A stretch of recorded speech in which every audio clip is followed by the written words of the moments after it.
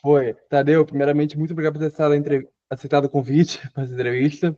Vamos falar um pouquinho sobre vespas mandarinas, né? E um pouco também sobre a carreira de vocês, como é que foi tudo isso. Mas eu queria começar perguntando um pouco, eu sempre pergunto isso para quem está te conhecendo a banda a partir de agora, né, no caso. Como é que foi a história de vocês? Vespas Mandarinas, a gente começa lá em 2008, 2009. Uhum,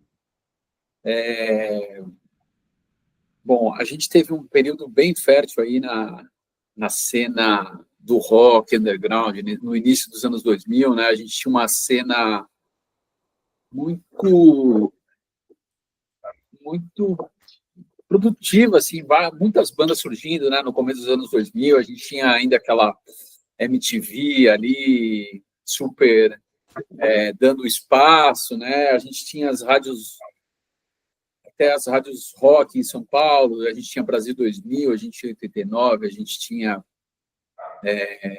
a Kiss, cara, e um cenário também de casas noturnas também, muito forte. voltadas para ir para o som autoral mesmo, assim. Então, cara, nessa leva, viu, surgiu muita banda legal. Tinha banda, cara, no Brasil inteiro, né? Teve toda aquela revolução fora do eixo também, e teve o início dos festivais e tal. Então, eu me criei nessa cultura aí. Foi aí que eu comecei a fazer rock, né? Até um pouco, até um pouco mais velho, assim, porque acho que quando eu comecei já tinha uns 24, 25 anos. Sim. Nessa época, assim, a moçada que vinha já era mais nova e tal. Mas você gostava do estilo há um tempo antes, né? Você já gostava do estilo, né? Sim, mas eu não tinha tido banda. Eu comecei a ter banda só nos anos 2000 mesmo, assim. Eu tive banda quando eu era moleque, banda de cover. Sou um fã de rock nacional, aquele rock nacional dos anos 80. Eu, é, eu era muito, assim, fissurado no rock nacional, mas muito fissurado no rock paulista, Sim. naquela cena underground que a gente tinha, além das bandas que chegaram no mainstream, como Titãs, como Ira, Uhum. como Traje Rigor. Eu gostava muito daquelas bandas que lançavam pela Barra dos Afins, Mercenárias, Smack, Fellini, Voluntários da Pátria. Uhum. Então, assim, eu cresci nessa cultura do rock nacional, né? Aí, só que eu só fui montar uma banda mesmo, eu tocava e tal, estudei violão clássico, eu sempre fui muito ligado na música, mas assim, eu não compunha, né, cara? Fui só começar a compor bem, bem mais velho mesmo, e aí falei, pô, quero montar uma banda, vamos ver como é que é isso. E aí comecei a frequentar os inferninhos e tal, aí eu montei minha primeira banda, o Banzé. O Uhum. Banzé chegou a lançar 2 álbuns independentes, né? Até uma gravadora de Campinas, a Moto 77, que aí foi viabilizando um monte de coisa pra gente. Com o Banzé eu cheguei a ganhar um VMB em 2006, eu acho, Máximo, cara. de melhor clipe independente e tal, concorrendo com um monte de banda legal pra caralho na época ali, com Vanguard, com Valverdes, com Eclairs, com Sim. Ecos Falsos. Uhum. Todas aquelas bandinhas que estavam aparecendo ali estavam tocando todo aquele circuito, né, cara? Você chegava ali no Sim. Baixo Augusta, você tinha, cara, umas 5 casas noturnas, assim, com opções, sabe? Uhum. Então, a gente tinha esse circuito aqui. E aí o Banzé se desenvolveu nisso.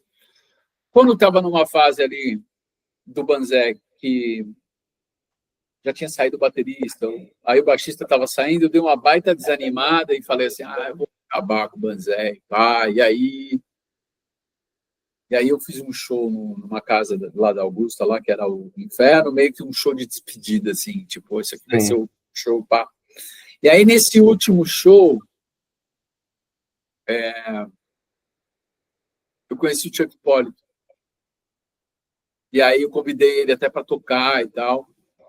E aí ele participou, e aí ele também tinha acabado de sair do Forgotten Boys e tal, e aí, porra, cara, Os dois estavam órfãos ali, né, de banda. vamos fazer alguma coisa junto, vamos fazer, mas para a gente até fazer demorou um tempo. No meio disso eu tive um outro projeto que eu montei, que era o Conjunto Vazio, porque assim, eu estava para não cair na depressão, eu falei, eu preciso fazer algum trabalho. Aí eu fiz o Conjunto Vazio, que foi um trabalho intermediário ali, que eu fiz Sim.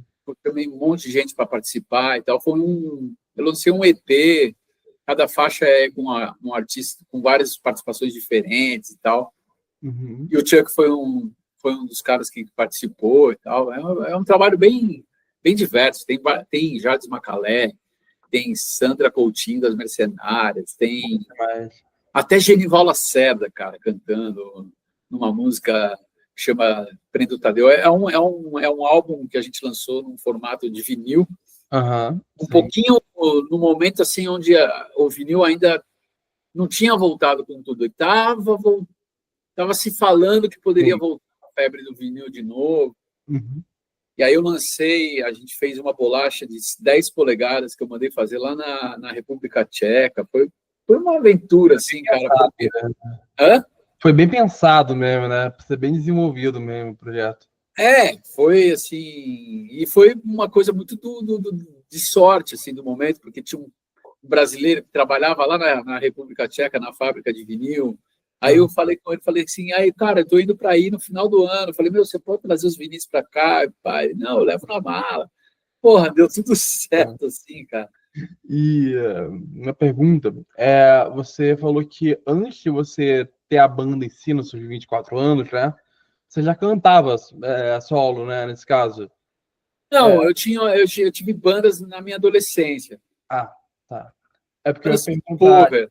a diferença de você sentir muita diferença você trabalhando sozinho do que trabalhando em grupo, por exemplo.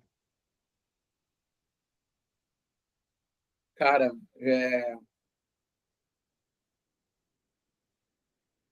assim, eu nunca fiquei sozinho mesmo, assim, sabe? Eu tenho algumas coisas que eu gosto de fazer sozinho, eu tenho o levantar a minha parte de inspiração e transpiração mesmo, aquele lance de você ficar ruminando uma ideia, é muito solitária mesmo. Essa parte é bem solitária. E aí existem as pessoas que colaboram e tal, tem o parceiro de letra, né? Que vão ajudando a fazer a construção desse processo todo, mas assim, aí eu vou, trago o desenvolvimento da ideia, mas volto lá para a labuta solitária de novo e tal. Então, nunca dá muito, assim, sempre tem alguém, né? Fazer isso. Ninguém faz nada sozinho. Não faz. Mesmo o cara que é violonista e toca violão solo sozinho, ele precisa do luthier para construir um violão para ele. Verdade. E vocês estão com 2 shows marcados, né, na Casa de Cultura do Itaí Paulista do Butantã. Isso. Como é que tá o preparativo? Cara, a gente pegou uma sequência agora.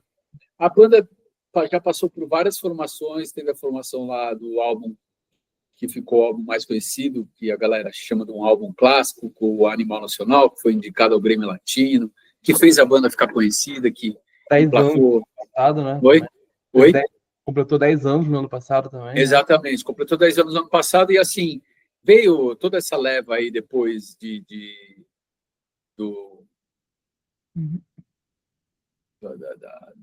depois que teve várias formações, aí eu lancei coisas, aí pintou uma entre-safra, pintou até quase uma desistência da banda mesmo, assim, aí veio pandemia, todo aquele processo e tal. No meio da pandemia eu voltei a fazer show, aí eu encontrei outra galera para levantar o projeto de novo, e aí comecei a voltar a fazer show.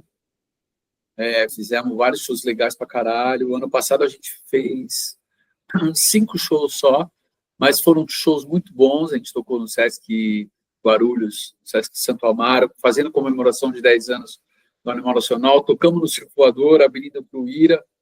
Maneiro. Depois tocamos aqui no La Iglesia, no final do ano passado.